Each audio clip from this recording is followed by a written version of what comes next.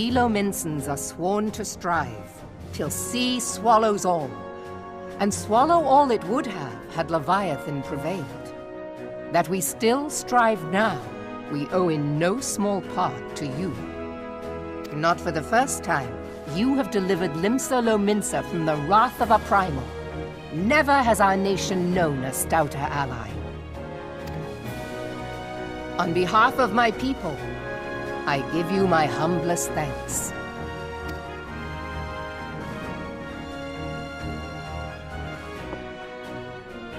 'Tis meet that I give thanks to old Mistbeard, too, for his fine solution. Whatever else he may have been, 'tis clear he was a resourceful soul. Would that I had a man like him in my service.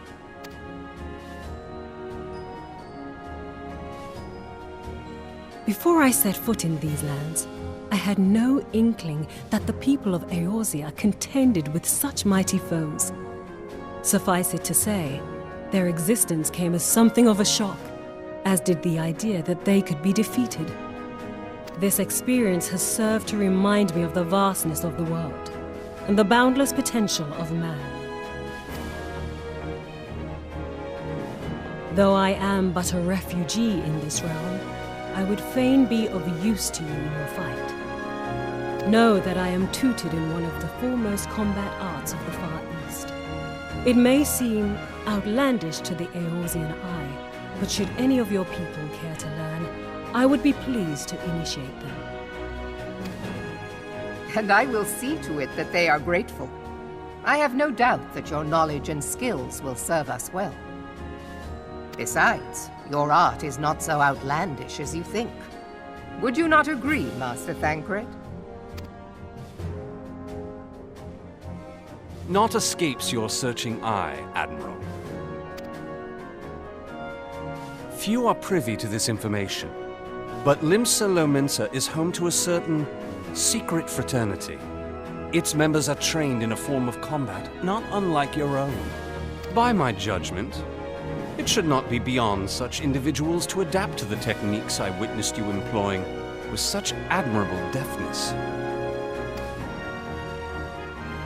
I am heartened to hear this. I too noted a kinship between your style and mine own, though it seemed to me that you fought differently in the beginning.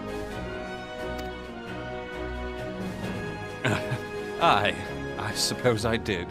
What can I say? I'm a man of many talents.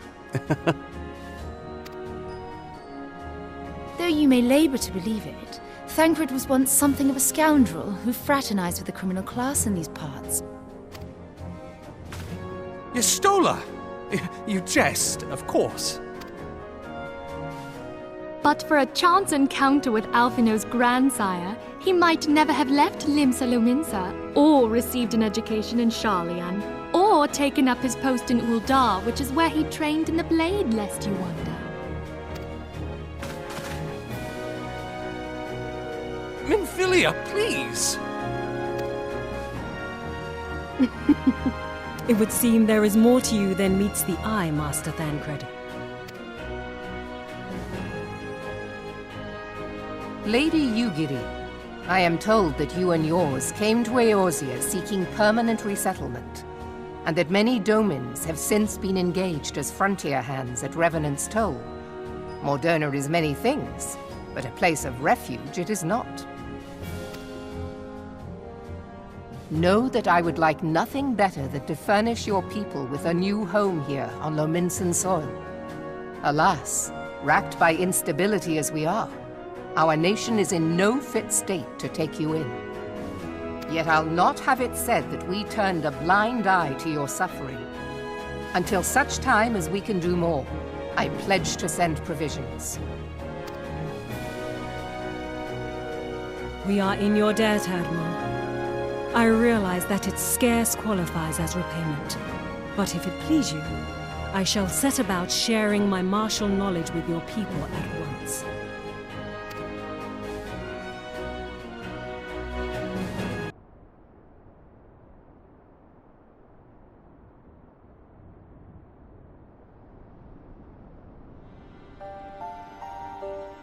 You wished a word in private.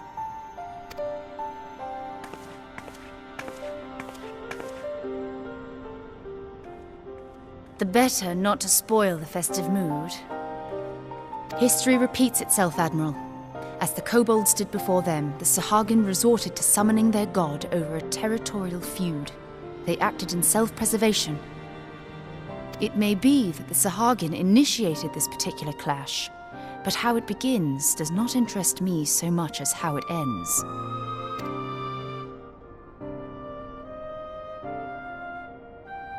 I have not forgotten our conversation, Y'ashtola. I am aware that man bears part of the blame for the Primal's existence. Nor am I ignorant of the Sahagin's reason for acting. They sought to secure a place to breed and multiply that their kind might survive. Self-preservation, as you say. But we have as much right to live and thrive as they. If our own survival is threatened, are we to lay down our arms and welcome oblivion? Nay. And so you kill, that you might live. Yet if living is a right, then that right belongs to all peoples, be they men or beastmen.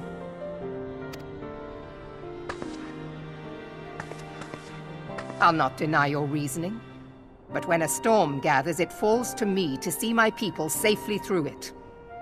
That is my duty, and I shall do it.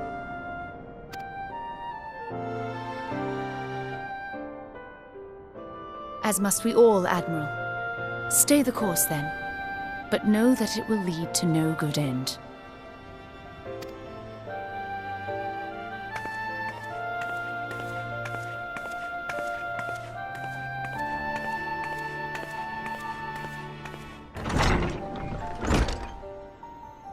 Man has ever put himself first and foremost.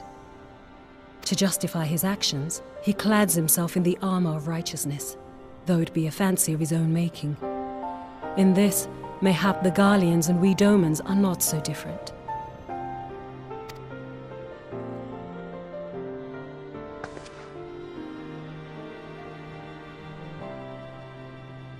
Eorzea has become as a raging sea.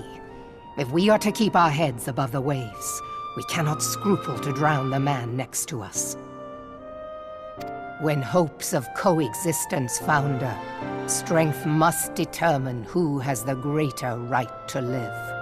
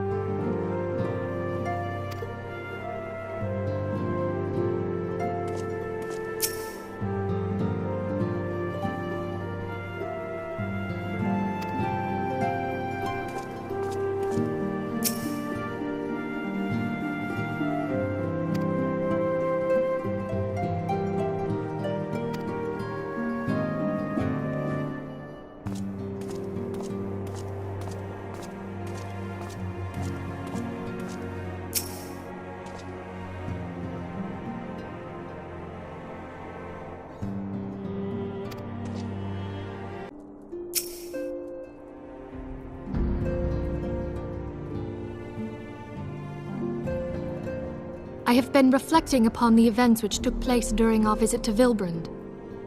If you have a moment, I would share my conclusions with you. Please, bear with me. When the Sahagin Elder summoned Leviathan, he employed the power we have come to know as the Echo. Though I cannot well explain the how of it, it would seem he became immortal in so doing. When the Admiral subsequently slew him, his spirit emerged from his lifeless flesh, a consciousness shorn of physical form.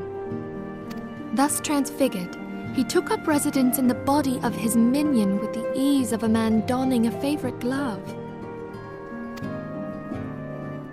Long have I known that the Echo allows one to pass through the walls of a man's soul, but never did I imagine that it could free us from our own flesh, nor less that our souls could then occupy the next corporeal vessel to take our fancy. It was of this that Elidibus spoke, an existence which knows neither cessation nor oblivion. And yet, though the Sahagin had mastered his gift and thereby become immortal, he was by no means invulnerable. As we both bore witness, he was ultimately absorbed into Leviathan. And the import of this observation? If the Ascians' mode of existence is indeed the same, it can be inferred that they too are not invulnerable, that they can be destroyed. There exists a legend which tells of souls who are reborn upon the cusp of each umbral calamity, that they might stay the encroaching darkness. To most, it is but a fairy tale, yet recent events have given me cause to wonder, could the legend in fact refer to the Echo? Much and more yet remains unknown, but I am confident that all will become clear in time. For the present, however, what matters is that the key to defeating the Ascians may at last be within sight. With Urianger's aid, it is my hope that I shall fathom this matter ere long.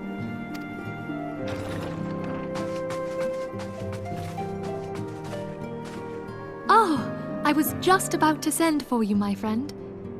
Is Artemis?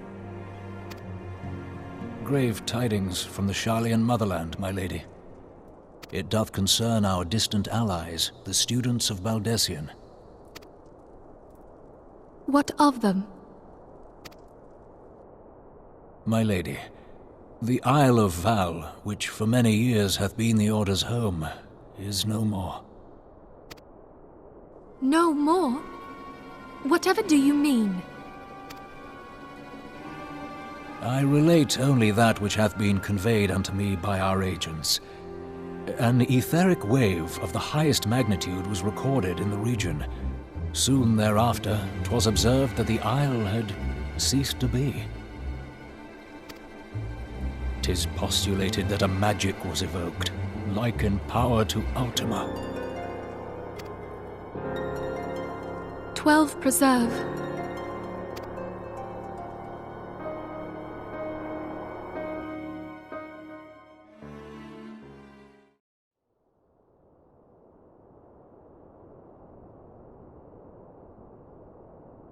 If there are no other matters, I move that today's meeting be adjourned.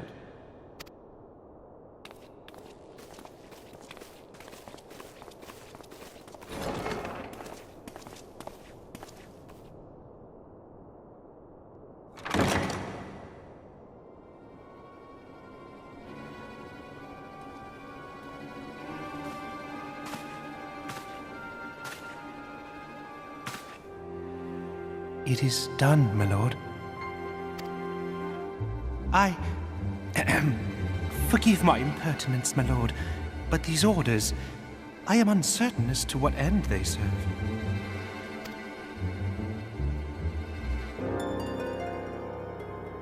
Revolution